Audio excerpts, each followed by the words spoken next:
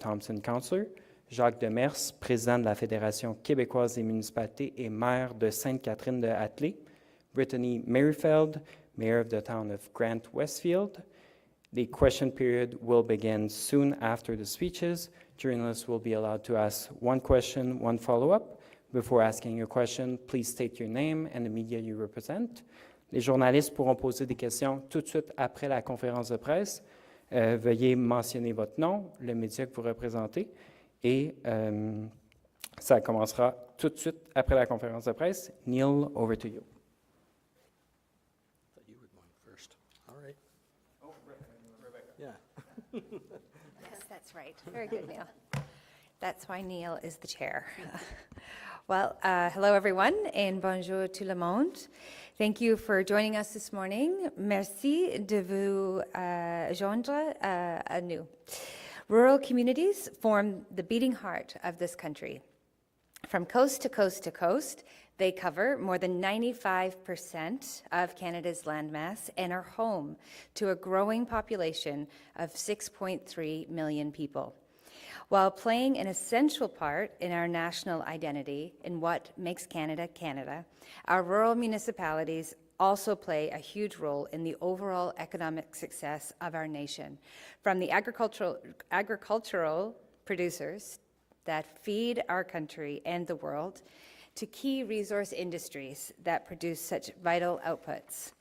FCM is keenly aware that rural municipal leaders are closely attuned to the pulse of their communities. Every day, these leaders are striving to make their municipalities great places to live. As they look ahead to the future, they envision prosperous, safe, and resilient local communities. And at a crucial time for Canada, as we recalibrate our national economy and our trading relations, it is more important than ever to strengthen our rural heartlands so we can realize that vision of a flourishing nation. But it is only through full partnership between all orders of government we can unleash the full economic potential of these communities. Rural Canada is at a critical moment. Specifically, rural communities are facing headwinds on key issues like infrastructure, connectivity, and public safety. Ultimately, the success of these communities rests on local leaders being empowered to deliver the infrastructure and services that are so badly needed. To fully realize that vision of a more prosperous, safe, and resilient rural Canada, we're advancing key recommendations that are based on the experiences of rural members. Ce sont des étapes nécessaires pour que cette vision d'un Canada royal plus prospère devienne une réalité. I will now hand off to the chair of FCM's Rural Caucus, Sturgeon County, Alberta, Councillor Neal Comeau, who will provide us with his outlook and zoom in on the crucial aspects that must underpin rural prosperity. Merci. Thank you. Thank you. Hello, bonjour. I'm proud to be from rural Canada. Proud of the land, the people, and the grit that define our communities. There's something grounding about rural life where neighbors look out for each other, where innovation is incubated, and where resilience is part of our DNA. Rural Canada is a powerhouse of potential. It's where the food on your table is grown, where natural resources are responsibly developed, and where industries like agriculture, forestry, mining, tourism, and energy are ready to lead Canada's next era of growth. That's why I'm especially proud to mark the release of the Future of Rural Canada, a bold vision for rural municipalities from the Fédération of Canadian Municipalities. As chair of FCM's Rural Forum and a proud councillor of Sturgeon County, Alberta, I'm energized by the collaborative work that has been done in the last year between FCM's Rural FCM Forum, industry, and rural municipalities from coast to coast to coast, as we focused on putting the needs of our rural communities at the forefront of FCM's advocacy.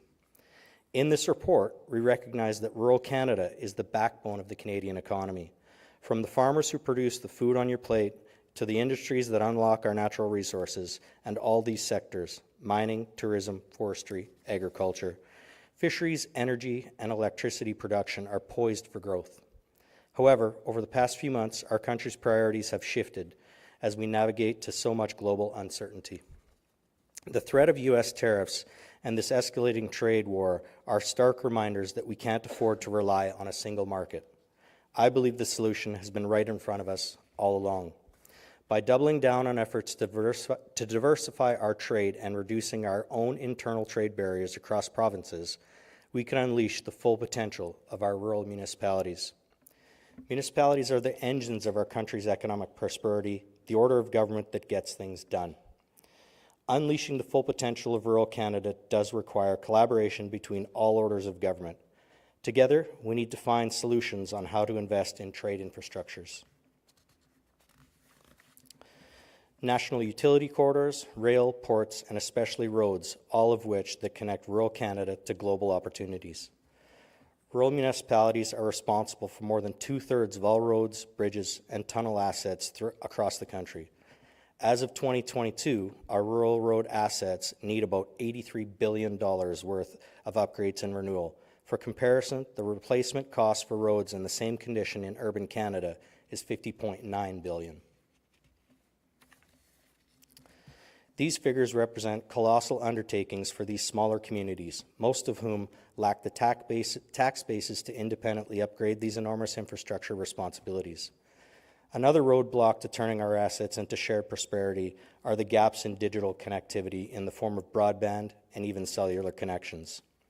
Without this connectivity, residents miss out on opportunities such as conducting and growing businesses, participating in remote work, accessing government services, or more importantly, being able to access help when their safety is at risk.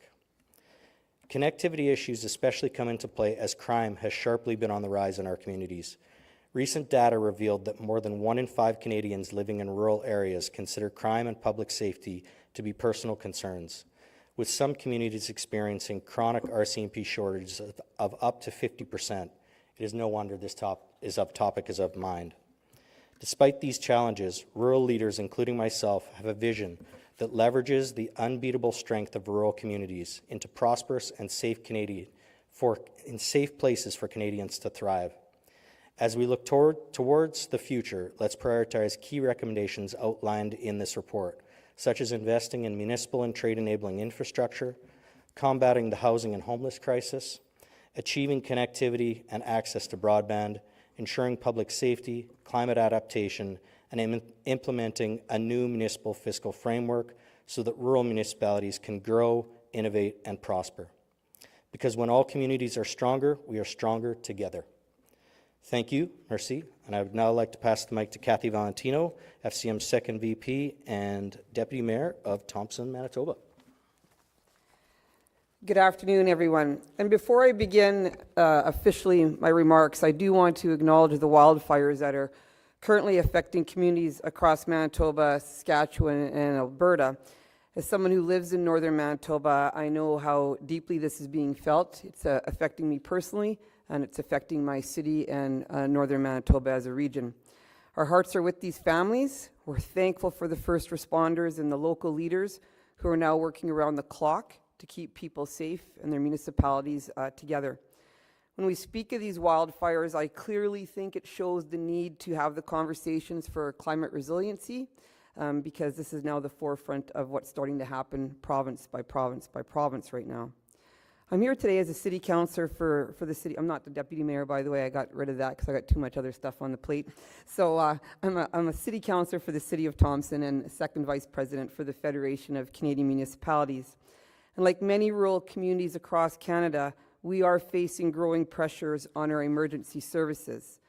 We're seeing longer 911 response times, the RCMP staffing shortages. In particular in Manitoba, we have the highest vacancy rate for RCMP.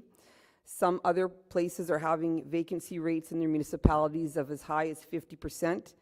The challenges in rural Canada for these challenges are real and they are urgent right now. When we talk about bail, we look to implement evidence-based reforms. We have to stop, not reduce, we have to stop the repeat offending and expand judicial capacity while strengthening data sharing across jurisdictions. Municipalities like mine in Thompson, we are doing everything we can, but we cannot do it alone anymore. I have the highest crime severity index. The crime capital of Canada is in my municipality, and the highest RCMP contract in the province of Manitoba, and we can't do it anymore. We can't do it alone, and we cannot have the downloaded costs for public safety anymore on our budget. We need stronger coordination, we need modern tools, and a renewed federal partnership to meet these demands head-on. Public safety is a shared responsibility, and when rural communities have the support they need, they strengthen the safety and resilience of our entire country, most importantly, our rural streets. Now it's my pleasure to introduce someone who understands this very deeply, Jacques Demers. Jacques, over to you. Merci beaucoup. Aujourd'hui, je prends la parole à titre de maire de Sainte-Catherine-d'Atlée et aussi comme président de la Fédération québécoise des municipalités. Un rapport de la FCM qui parle beaucoup. Il y a des chiffres dans ce rapport-là, il y a des choses qui nous ramènent vraiment à nos communautés rurales. Une de celles qui me frappe le plus, c'est quand on me dit 9 % des ménages ruraux vivent dans des logements inadéquats. Quand on sait qu'au niveau urbain, c'est 6 %, de voir que dans le milieu rural, on est à 9 %, c'est pour montrer à quel point c'est là qu'on le vit. Il n'y en a pas d'espace. Pourtant, des logements, il n'en existe pas dans le milieu rural. 1 % d'augmentation quand même de population dans ce milieu-là entre 2023 et 2024. On pourrait parler aussi de certaines communautés autochtones qui représentent 80 % des personnes en situation d'itinérance. On est en 2025, on parle encore de chiffres aussi grands. Qu'est-ce qu'on peut faire de ce côté-là? De quelle façon, collectivement, on va travailler pour améliorer ça? À Sainte-Catherine-d'Atlée, nous faisons tout ce qu'on pense, du moins nos moyens, pour avancer. On travaille beaucoup dans la cohabitation, ça veut dire l'intergénérationnel, mais aussi ces bâtisses-là, une fois qu'ils sont munis d'un deuxième appartement, même les bâtisses, mais ça va rester des appartements qui vont être utilisés par la suite aussi. On travaille de ce dossier-là, entre autres, avec des étudiants de l'Université de Sherbrooke, tout près de chez nous. C'est pourquoi nous appuyons pleinement les recommandations de la FCM, mettre en place une stratégie coordonnée pour lutter contre l'itinérance rurale. On ne l'entend pas si souvent, ce mot-là, pourtant tellement important. Renforcer la collecte de données pour mieux comprendre. C'est la seule façon qu'on peut parler avec les gouvernements. Il faut parler avec des chiffres. Allons chercher les données. Soutenir les projets de logement communautaires et modulaires. Des solutions qui sont de plus en plus nécessaires et souples si on veut être rapide de ce côté-là pour répondre réellement aux besoins. À bâtir un partenariat national pour prospérer en ruralité, qui passe évidemment par éliminer des barrières qui sont évidentes, telles la TPS sur les nouvelles constructions. Il faut mieux uniformiser aussi probablement nos normes de construction, travailler plus ensemble, chaque palier de gouvernement. L'exemple de Sainte-Catherine-d'Atlée, ça montre qu'une petite municipalité rurale peut quand même innover, répondre à des besoins qui sont présents. Merci tout le monde. Bonne journée. Thank you. Merci, Jacques. My name is Brittany Merrifield, and I'm the mayor of the town of Grand Bay-Westfield in New Brunswick, and I'm also the president of the Union of Municipalities of New Brunswick. And I'm here as a proud voice for rural communities. And I'm here to highlight the urgent need for targeted investment in rural connectivity and infrastructure, challenges that FCM's new report lays out clearly. We're at a crossroads, but with the right leadership and the right investment, this is also a moment of opportunity. So let's start with broadband and cellular infrastructure. In a country as vast and as ambitious as Canada is, it's really staggering to consider that 21.8% of rural households still lack adequate internet. That's nearly 1 in 4 families trying to work, learn, access healthcare, or even make a simple phone call, stuck with download speeds of 20.9 megabits per second. That's less than half the national average. In plain terms, it's like trying to run a race with one shoe. So in Grand Bay-Westfield and across the province of New Brunswick, we have cellular dead zones. Places where a dropped call during an emergency could cost precious time. And that's not just frustrating, it's dangerous. In an emergency, a dropped call can mean a delayed response. It can mean the difference between help arriving on time or too late. Some families pay up to $200 a month for unreliable service. I mean, that's not acceptable. Access to affordable, reliable broadband is no longer optional. It's essential to public safety, it's essential to remote work, healthcare, education, and local business growth. And then there's the infrastructure in rural Canada. Rural municipalities, as you've heard here today, manage 36% of Canadian infrastructure, but face an over $1 billion backlog. Our roads, our bridges, our water and our wastewater systems are aging and under pressure as our populations grow. So nationally, almost 15% of rural water systems and nearly 1 in 5 rural roads are in poor condition. And these aren't abstract statistics. They're not just random numbers. They are the streets that we're driving, the pipes we rely on, and the systems we need to keep our communities safe and healthy. So you might ask, what's the path forward? Well, the report calls for clear action. Stable, long-term funding for broadband expansion, a dedicated rural infrastructure fund, and a national prosperity partnership to ensure that rural voices are at the table.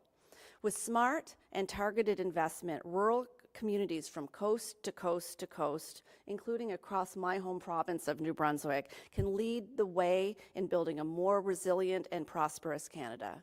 Thank you. On va maintenant débuter la période des questions des membres des médias. We're now going to start question period from members of the media.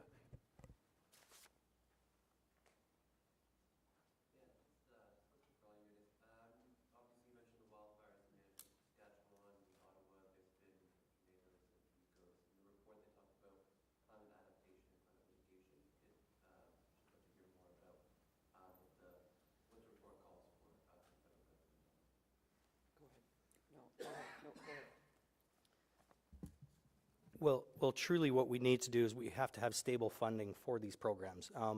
We need to be at the table with them to point out some of the flaws that we're seeing. When we have fires, I'm going to use that as an example because it's point to mind in Alberta, Saskatchewan, Manitoba right now. We need a response that is going to be including of not only the municipality, the province, and the federal government, because a lot of these fires, I'll use Jasper as an example, last year, it was in a federal park, I should say. And when that occurred, there was just mass confusion on who was going to respond to that. So again, with the report and what we're trying to do with the federal government is to get a better line of communication with them so that it's a coordinated effort on these things and to deal with whether it's a tornado, a flood, a fire, any response like that.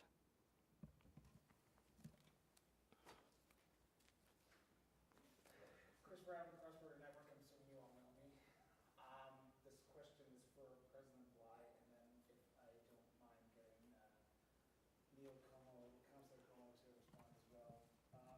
I've been across Canada as much as you have, talking to municipal leaders, addressing what their concerns are. There are some in Western Canada who say FCM has lost touch base with rural Canada, and it's that golden triangle, the Vancouver, the Toronto, and the Montreal that get FCM's major attention. How does this report address the concerns that rural Canadians, rural municipal leaders say that FCM's out of touch with rural Canadians right now? I appreciate the question.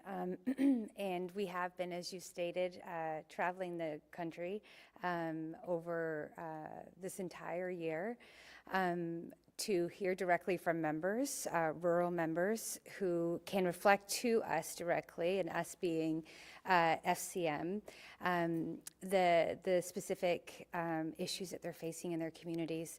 We have conducted listening tours provincially, territorially. We're engaging in, we did a extensive survey of through Abacus data last fall that informed our strategic plan going forward. And what what we heard from all of this is that rural advocacy is meeting, is at a moment where we need to strengthen our message. And we need to recognize that the pressures in rural Canada, and I'd say that we have, and we need to be more clear about how that message is getting through to the federal government. So FCM, as you know, is a conduit to make sure that the priorities of our members are directly heard at the federal government. And so what this report is highlighting today, what those specific asks are, and they were outlined in the comments by my colleagues here, specific infrastructure fund for rural Canada, recognizing that public safety is a different level of pressure in areas where it's difficult to retain RCMP officers, as an example, not to mention the broadband.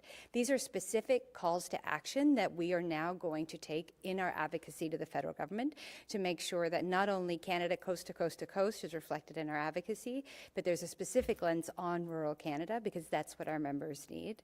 And I will say, as somebody from one of the big cities you mentioned, we're very happy to have the spotlight taken off us, to be quite honest, because at the end of the day, when we build this country in a way that is sustainable, where housing, public safety, climate resiliency, and infrastructure is funded appropriately across the board, it puts less pressure on those big cities that you're talking about, and we can grow more sustainably in this massive, beautiful country that we are, so that Canadians can prosper and thrive right across the nation. Before you jump off, I just have a follow-up for you. What does FCM consider rural? Oh, yes. And do you use what the federal government has imposed as rural, or what does FCM consider as rural? You know, for us, we've always worked through our Rural Forum, which of course my colleague here chairs, Neal Comeau, and we recognize that rural Canada means a lot of different things to different folks across the country. So we're always refining our definition of rural, while also making sure that we don't lose track of the momentum that we have in the work that we already do. So that actual specific definition, I think, is identified in the report, and I think it's a question that, and I don't mean to pass the ball, but there is nobody better than our chair of the Rural Forum, who I think could really give you what we're talking about in terms of that definition now. So currently, the current definition, I might say, Chris, is 100,000 or less. That is something that I've brought forward at the table. I think we need to relook at that, because to me, 100,000 population, I'm not going to name names, Community X, might not be the right situation for them to be sitting at the rural table, because they've kind of grown out of the rural form and they're now into more of that urban City of Vancouver kind of mentality, maybe. I think that's something that is ongoing. We're going to continue working on. Do I have a perfect definition right now?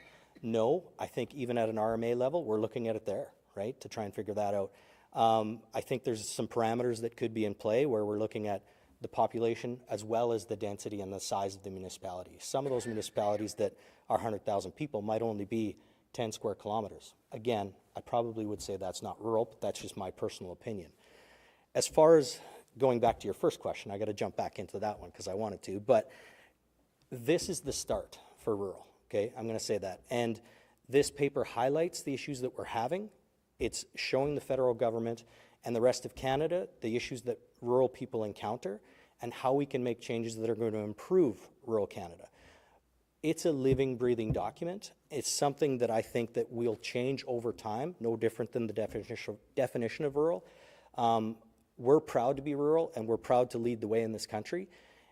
This press conference is the start of it as well. We need to get another voice out into the world, where the rest of Canada, so they can see what this report is and learn about that. You know, if probably, I'm going to speculate, if I was a big city mayor right now, there'd probably be more people in this crowd, unfortunately. But we need to get that crowd there. And how do we do that? This is the first. This is the start right now. Merci beaucoup tout le monde. Ceci mettant à la conférence de presse. Thank you, everyone. This concludes the press conference. Thanks, everyone.